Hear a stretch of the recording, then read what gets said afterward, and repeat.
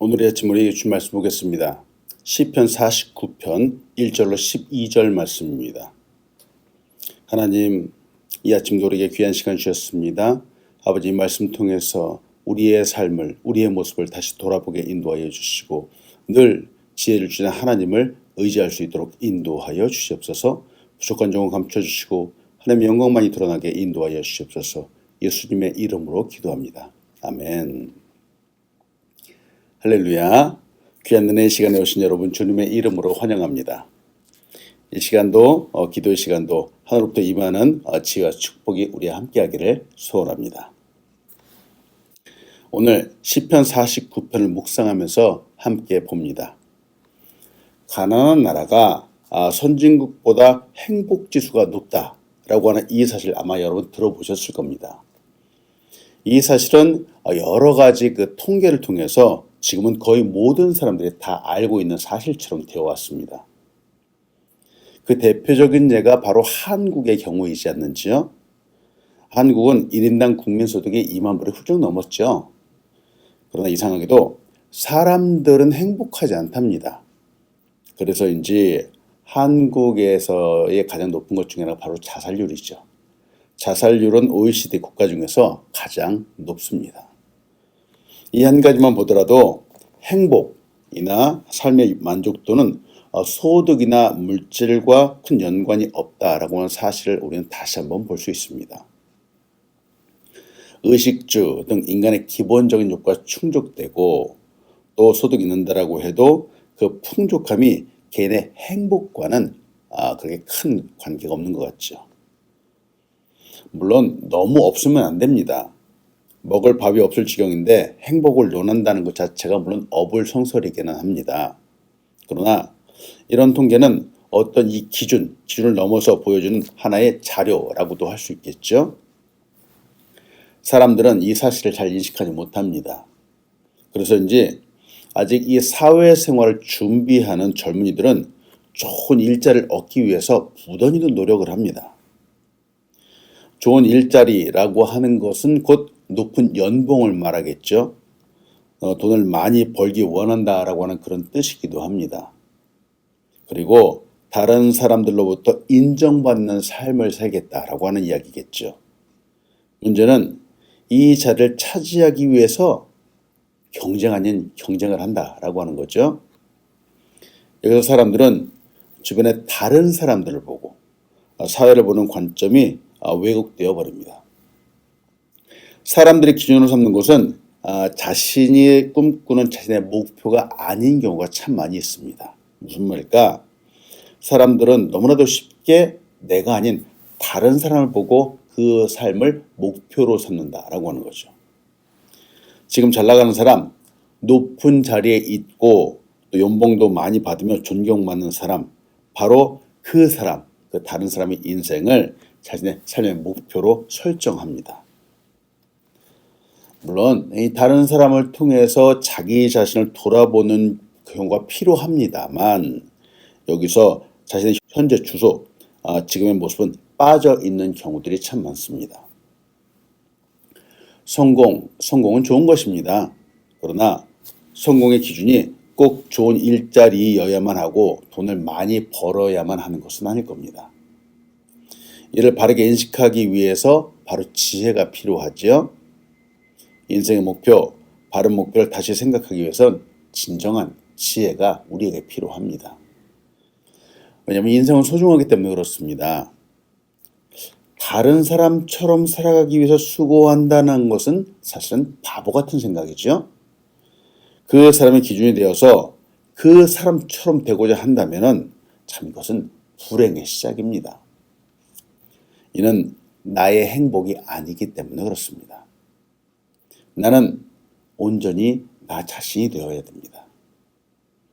이를 위해서는 자신을 바르게 보는 지혜가 필요하죠. 비교가 아닌 나 자신을 바르게 보게 하고 또한 나의 삶을 만족하며 존귀하게 여기게 하는 것은 바로 말씀입니다. 말씀이 필요하죠. 이를 보여주는 것이 바로 하나님의 말씀입니다. 우리 자신을 바로 보게 하는 것이 바로 하나님의 사랑이죠. 때문에 오늘 본문을 통해 여러분과 나누고 싶은 첫 번째는 모두가 꼭 들어야 하는 지혜의 말씀을 잘 들으십시오라고 하는 겁니다. 모두가 꼭 들어야 하는 지혜의 말씀을 잘 들으십시오. 이 세상에는 현재 셀 수 없는 엄청난 양의 정보들이 오고 갑니다.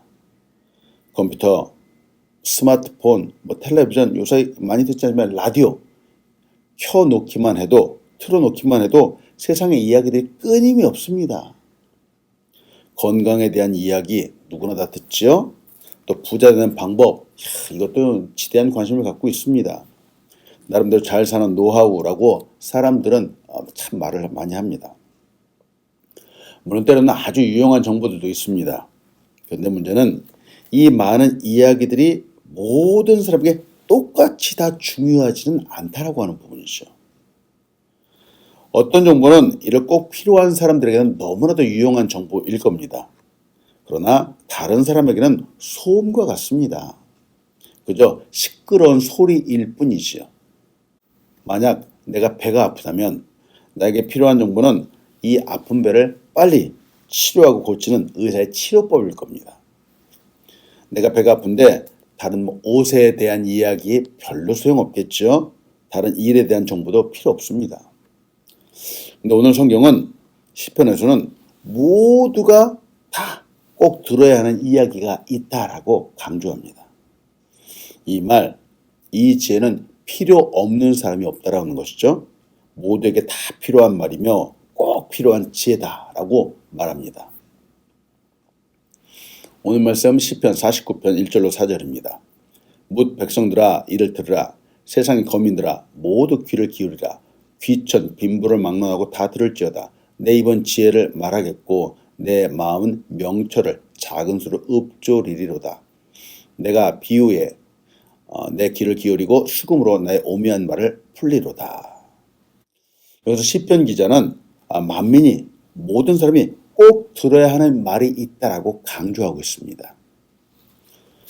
세상에는 빈부귀천이 있습니다. 그래서 각각 신분에 따라서 필요한 정보가 따로 있기도 합니다. 그렇겠죠. 그러나 오늘 하나님의 말씀은 그 구분이 필요 없다라고 말하죠. 모두가 다 들어야 하는 말이라고 말합니다. 이 지혜는 귀한 사람이건 천한 사람이건 부유한 사람이든 가난한 사람이든 구분되지 않습니다. 세상 사람들도 욕심이 아니라 지혜롭게 행동하는 사람들을 좋게 봅니다. 배울 것이 많다고 그 사람을 따르기도 합니다만 세상에 주는 지혜는 바른 지혜라고 말할 수 없습니다. 아니 어쩌면 지혜라고 할 수 없을지도 모르겠습니다. 하나님의 백성이라면은, 하나님의 자녀라면은 성경이 말하는 진짜 지혜, 참 지혜를 얻어야만 합니다. 말씀으로부터 나오는 지혜, 하나님께서 주신 지혜를 얻은 사람은 존귀하게 되죠. 그리고 이 말씀, 이 지혜를 얻은 사람은 하나님이 보시기에도 바로 합당한 삶을 살아가게 됩니다. 지혜는 하나님께서 세상 가운데 심어 놓으신 창조의 질서입니다. 지혜는 하나님의 사람이 세상을 따르지 않고 하나님의 뜻을 따라 살도록 복된 삶을 살도록 이끄는 바로 원리입니다. 때문에 이 지혜는 모든 사람에게 필요한 말씀이죠. 누구나 다 꼭 들어야 하고 간직해야 하며 순종해야만 하는 지혜입니다.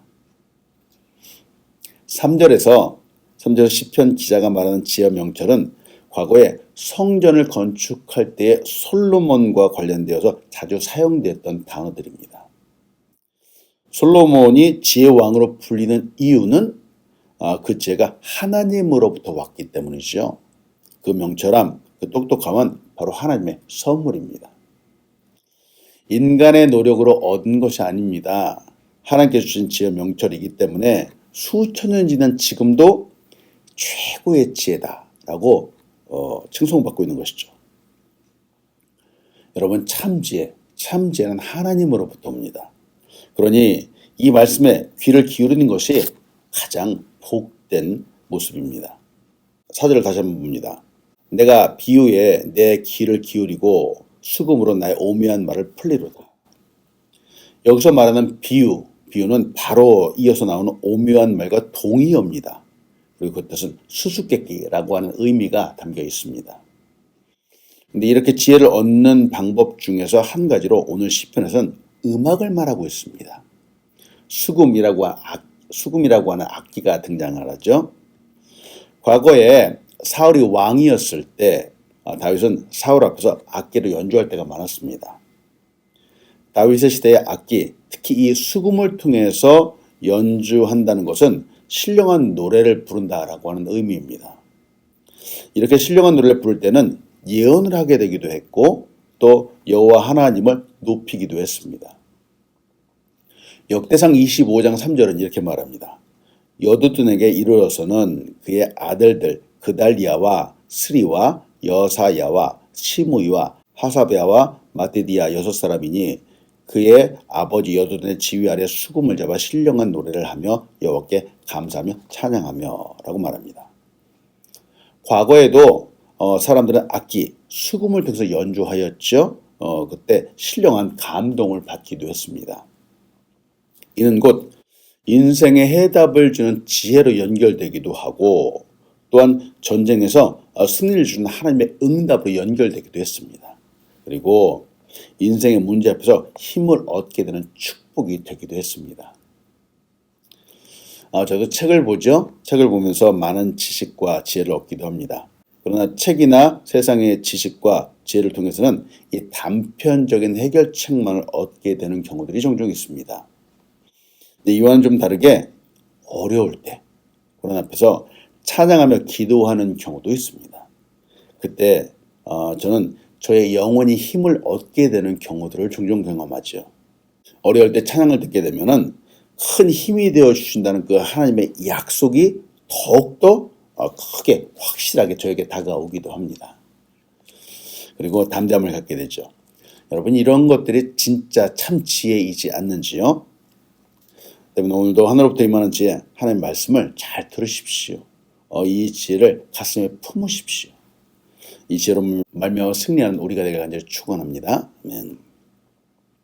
두 번째로 같이 나누고 싶은 것은 이렇게 하나님의 지혜를 듣고 품기 위해서는 나의 안에 있는 세상의 욕심을 비워야 합니다. 내 마음을 잘 비우십시오. 지혜를 받아서 품기 원하는 사람이라면은 세상의 욕심을 비워야 합니다. 두 마리의 토끼를 잡으면 좋겠지만 여러분 이게 쉽지 않습니다. 두 마리 토끼를 한꺼번에 잡을 수 없죠. 그렇지만 가장 좋은 것 하나님이 주신 이 지혜를 품게 되면은 나중에는 부와 귀도 또한 나중에 오게 됩니다. 소유하게 될 것입니다. 때문에 지금 당장의 마음의 욕심을 버리는 것이 지혜입니다. 오늘 본말씀 시편 49편 6절로 12절 말씀입니다. 자기의 재물을 의지하고 부유함을 자랑하는 자는 아무도 자기 형제를 구원하지 못하며 그를 위한 속전을 하나님께 바치도 못할 것은 그들의 생명을 속량하는 값이 너무 엄청나서 영원히 마련하지 못할 것입니다. 그가 영원히 살아서 죽음을 보지 않을 것인가? 그러나 그는 지혜 있는 자도 죽고 어리석고 무지한 자도 함께 망하며 그들의 재물은 남에게 남겨두고 떠나는 것을 보게 되리라. 그러나 그들의 속생각에 그들의 집은 영원히 있고 그들의 거처는 대대에 이르리라 하여 그들의 토지를 자기 이름으로 부르도다. 사람은 존귀하나 장구하지 못하며 멸망하는 짐승 같도다. 세상에는 물질을 많이 가진 자가 지혜로운 사람처럼 보입니다. 사실이죠. 세상에서 이 물질의 힘이 크기 때문에 그렇죠. 돈이 있으면은 거의 불가능한 일이 없다라고 이렇게 사람들이 종종 말하기도 합니다. 그러나 하나님 앞에서 인간은 지혜로운 자와 어리석은 자로 나뉩니다. 지혜로운 사람은 비록 물질을 많이 갖고 있지는 않지만 창조주 하나님을 경외하는 사람입니다. 그러나 어리석은 사람은 하나님보다 세상의 물질을 더 의지하고 또 자신의 능력과 인간의 지혜를 의지하는 사람입니다. 인생은 공평하다라고 말합니다. 아니 불공평한지요? 정말 그런죠. 이 공평하다는 말을 여러분은 어떻게 생각하는지요? 인생은 때때로 불공평하다라고 말하는 분들도 있습니다. 오늘 이 시편의 말씀을 빌어서 보자면은 9절에서 말하는 것처럼 혹시 영원히 살아서 죽음을 보지 않는다면은 인생은 공평하지 않을 겁니다. 진짜 불공평할 겁니다. 그러나 여러분, 아무리 부자라도 아무리 부자라고 하는 사람도 이 땅에서 영원히 살 수 없습니다. 또 가난하다고 하는 사람도 결국은 죽음을 맞이할 수밖에 없습니다. 이렇게 죽게 되었을 때 죽음 앞에서는 부자이건 가난한 사람이건 예외가 없습니다. 누구나 죽음이라는 심판대 앞에 서야 합니다. 물론 여기는 지혜로운 사람도 서야 하고 어리석은 사람도 서야 하죠. 그래서 인생이 공평하다라고 말할 수 있습니다. 참 지혜로운 사람은 이 심판대 앞에 서기 전에 물질을 의지하는 것이 아니라 바로 전능자, 창조주 하나님을 의지하는 사람이죠. 이 세상에서 그렇게 의지하고 여겼던 물질이지만 여러분, 우리가 죽을 때 단 1불도 가져갈 수 없습니다. 우리는 이 사실을 너무 잘 알고 있죠. 물질, 재물이 나의 것이라고 주장할 수 있는지요. 보십시오. 나의 것이라고 했던 것들은 결국 하나도 나의 것이 되지 못합니다. 내가 이 세상을 떠날 때면은 다 남에게 남겨주어야만 됩니다. 영원할 것 같아 보이는 집도 온전히 내 집이 될 수 없습니다. 땅도 그렇습니다. 땅의 진짜 주인은 여호와 하나님이시죠. 이 세상에서 내 것이라고 주장할 수 있는 것이 있는지요? 사실 하나도 없습니다. 때문에 이 사실을 알고 이를 지혜로 여기는 사람이 바로 존귀한 사람입니다. 근데 이를 모르고 끝까지 세상을 의지하고 물질을 의지하는 사람은 멸망하는 짐승과 같습니다. 성경은 그 부분을 말하고 있죠. 이 세상을 따르는 욕심을 버리십시오. 그리고 참 지혜, 진정한 지혜를 받으십시오. 헬무드 틸리케가 이렇게 말합니다. 세상 것을 거머쥔 주먹으로는 하늘에서 내려주시는 은총을 조금도 받을 수 없다라고 말합니다. 사실입니다. 세상에서 꼭 치고 나서 어떻게 하늘의 축복을 받겠습니까? 이 시간 내가 소유한 것들을 한번 돌아보면 좋겠습니다. 아마 우리는 큰 부자는 아닐 겁니다. 그렇지만 그 중에서도 아끼고 소중하게 여기는 것이 아마 있겠죠. 어쩌면 몇백 불, 몇천 불 의지하지 않았는지요. 어쩌면 크지 않은 나의 집을 의지하거나 혹은 자동차를 의지하지 않았는지요. 어쩌면 나의 일이나 직업, 또 직장을 의지하지는 않았는지요. 이 모든 것들은 사실 죽음 앞에서 아무런 소용이 없습니다. 단 하나도 우리의 생명을 조금이라도 연장시켜 줄 수 있는 것들은 하나도 없습니다. 다 사라지는 것이며 다 다른 누군가에게 주어야만 하는 것들이죠. 때문에 하나님을 붙잡으십시오. 말씀, 지혜를 붙잡으십시오. 우리의 삶은 소중합니다. 때문에 하나님께서 말씀을 주시고 예수 그리스도를 주시어서 이 세상에서 우리를 건지시려 하는 것이죠. 이 죄를 잘 알고 받아서 순종하는 사람이 바로 존귀한 사람입니다. 오늘도 세상이 아니라 하나님을 의지하고 이 참 지혜를 받는 우리 한 사람 한 사람 되기를 간절히 축원합니다. 아멘. 기도하겠습니다. 하나님, 오늘도 귀한 말씀을 주셨습니다. 하나님, 우리 자신의 모습을 다시 돌아봅니다. 세상이 아니라 하나님을 붙잡도록 인도하여 주시옵소서. 우리를 세상의 것들과 비교하지 않게 인도하여 주시고 하나님의 말씀을 잘 받도록 우리의 마음 문을 열도록 인도하여 주시옵소서. 감사합니다. 예수님의 이름으로 기도합니다. 아멘.